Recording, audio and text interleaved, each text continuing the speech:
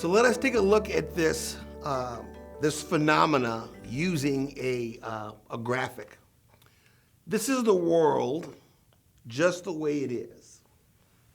This is the way things are, period, or what I would say, this is the way things are objectively. Here is the lens in which we see the world through, or what we call our worldview. This is where we get our rites, rituals, traditions, customs, and habits. This is also where our implicit biases are also enculturated. The giant eyeball here represents one of our senses. Our eyes, our nose, our mouth, our hands. And basically what happens here is that we see the world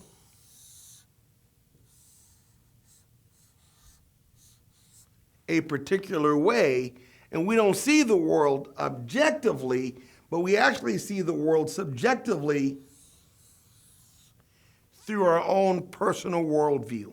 After our eye, our hands, or our nose, or our ears has encountered something, it literally takes this information back to our brain. Now, once our brain has this information, our brain goes back to our Rolodex of our memories to find whatever thing is closest to the thing that we saw, that we smelt, that we tasted, that we felt, or what we heard.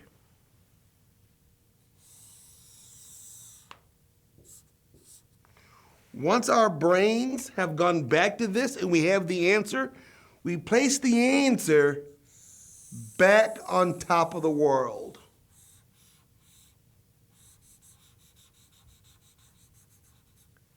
And in doing so, we switch. We go, it's not a something, it is this.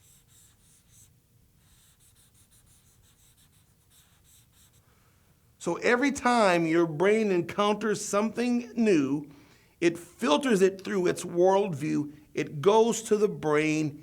It goes to past experiences. Instead of just saying, I see the world the way it is, I actually see the world the way in which I am. So one example of this would be how I understand how apple pie should be made. So somewhere in my thought process, there is a pie dish. And in this pie dish, there is a crispy flake shell with the crust, and inside would be apples and cinnamon and sugar, and it would be baked to perfection.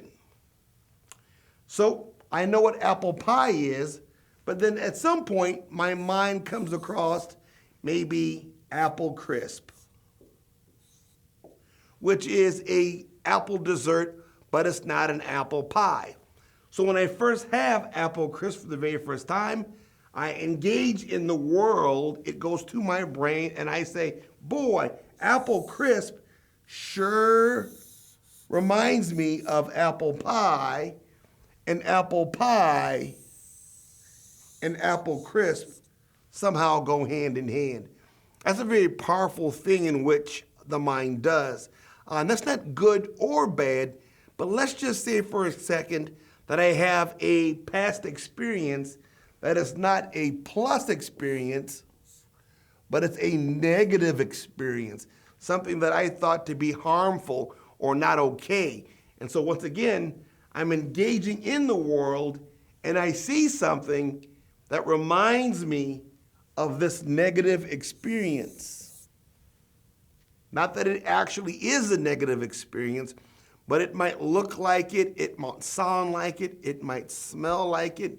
But because it is like that thing, I will then in return behave the way I would normally if I was being attacked. And so sometimes we'll find ourselves behaving, responding, and even reacting in a negative way to things that aren't harmful because from our implicit bias, we believe those things are. So let's end our lecture with areas of cultural contrast. These areas of contrast are the things that almost always flare up or trigger our implicit biases. So what are some of the things in which we tend to show ourselves or get triggered into maybe what might be considered a negative response? Those areas are age. You may find yourself saying that, why is it that I'm able to communicate better with folks who are older than me or younger than me? I know plenty of folks who struggle with dealing with children who are in middle school. Some folks have a hard time engaging with storytelling or communicating with older folks. There's also gender, right? Sometimes the way in which I understand my gender role may come into a conflict with someone else's. There's also levels of education that sometimes become areas of conflict. There's class. Depending upon the amount of resources that I have, might influence the way I understand someone else who has maybe more or less than I do. Politics will always be an area in which our implicit biases tend to come out. Of course, the way I identify myself sexually could also be a trigger for implicit bias. Religion is an old one that is just ancient as it relates to how we understand our biases. Race is also another historical one that has been on the forefront. And lastly, patriotism. What does it mean to love one's country can also flare up one's implicit biases. So as it relates to how we navigate our reality with our worldview, with our biases in place, it's important to understand that we make contact with these things in multiple ways. We make contact with people by our words, and I just don't mean just the type of words, but how we use them and when we use them. Our tone of voice plays a large part in how we make contact with folks.